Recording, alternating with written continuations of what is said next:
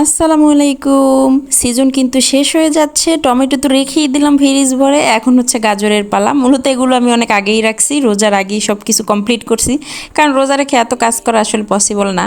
তো ভিডিওগুলো মূলত দেওয়া হয় না, ভিডিওগুলো মানে ফাঁকে ফুঁকে পড়ে রয়েছে, ভিডিওগুলো এখন পাচ্ছি আর দিচ্ছি, এই আর কি অবস্থা। তো যাই হোক, টমেটো রাখছি, সেই ভিডিও তো আপনাদের সাথে শেয়ার করছি। এবার আসি গাজর, কারণ আসলে ফ্রাইড রাইসটা আমাদের বাসায় খুব বেশি পছন্দ করে সবাই। তো ফ্রাইড রাইস করার জন্য গাজরের খুবই স্বল্পতা হয়ে যায়, তখন এত বেশি দাম থাকে, ঠিকই করি গাজর দিয়ে, কিন্তু মানে কেনার পর কমফোর্ট ফিল করি না, এরকম একটা অবস্থা হয়, অনেক বেশি দাম থাকে। আর তখন একদম চাষের যে গাজরগুলো থাকে ওরকম টাইপের থাকে, আর এখন তো একদম দেশি গাজর, ভালো মানের গাজর পাওয়া যায়, আর দামও তো এখন খুবই কম।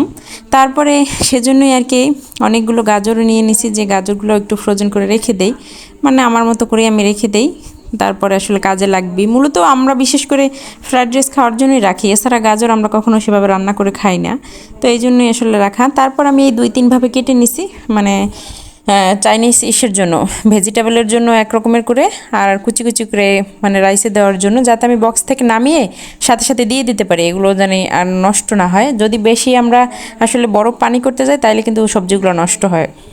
সবাই বলে আসলে এইভাবে নাকি রাখা যায় না, কিন্তু আসলে অনেকেই রাখে, সারা বছর ফ্রোজেন করে রাখে।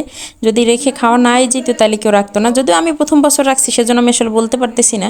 তারপর আমি রেখে দিলাম। আমি আসলে যেটা যেভাবে আর কি খাবো, মানে যেই সবজির জন্য সেরকম সাইজ করে রাখছি, যাতে সমস্যা না হয়, নামাই একদম সাথে সাথে আর কি দিয়ে দিতে পারি সবজির মধ্যে, তাহলে আমার মনে হয় যে সমস্যা হবে না।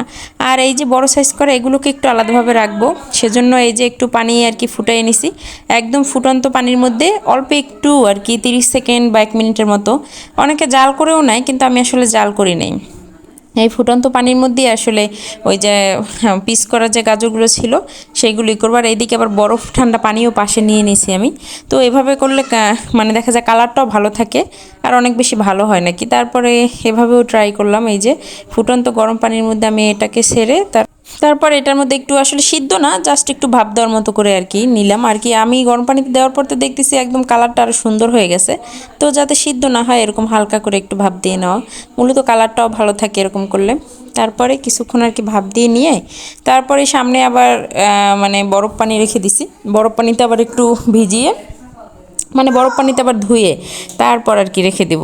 তারপর এই যে অল্প একটু সময় করছি। মূলত এই প্রসেসটা আমি ইউটিউব দেখে শিখছি, আরও অনেকের কাছেও শুনছি। তো এভাবেও রাখলাম কিছু, যেহেতু এগুলো একটু বড় সাইজ করা, তো সেজন্য এগুলো এভাবেই রাখলাম। তো এই যে ঠান্ডা পানিতে এগুলোই করে তারপর মূলত লাস্টের ফুটেজগুলো কিন্তু আমার কাছে নাই, ফুটেজগুলো আমি হারাই ফেলছি। তারপর আমি কিন্তু এগুলো পানি একদম মানে ছেঁকে সুন্দর করে পানি ঝরছে, পানি ঝরার পর মূলত ফ্যানের বাতাসের নিচে দিয়ে আমি পানি ঝরাইছি সুন্দর করে, তারপর বক্সে বক্সে করে সুন্দর করে রেখে দিছি। মূলত সেই ফুটেজগুলো নাই, বললাম না কিছুদিন আগের ভিডিও এটা, তো সেখান থেকে নেওয়া। তো যাই হোক, আজকে ভিডিওটা এই পর্যন্ত। আল্লাহ হাফেজ।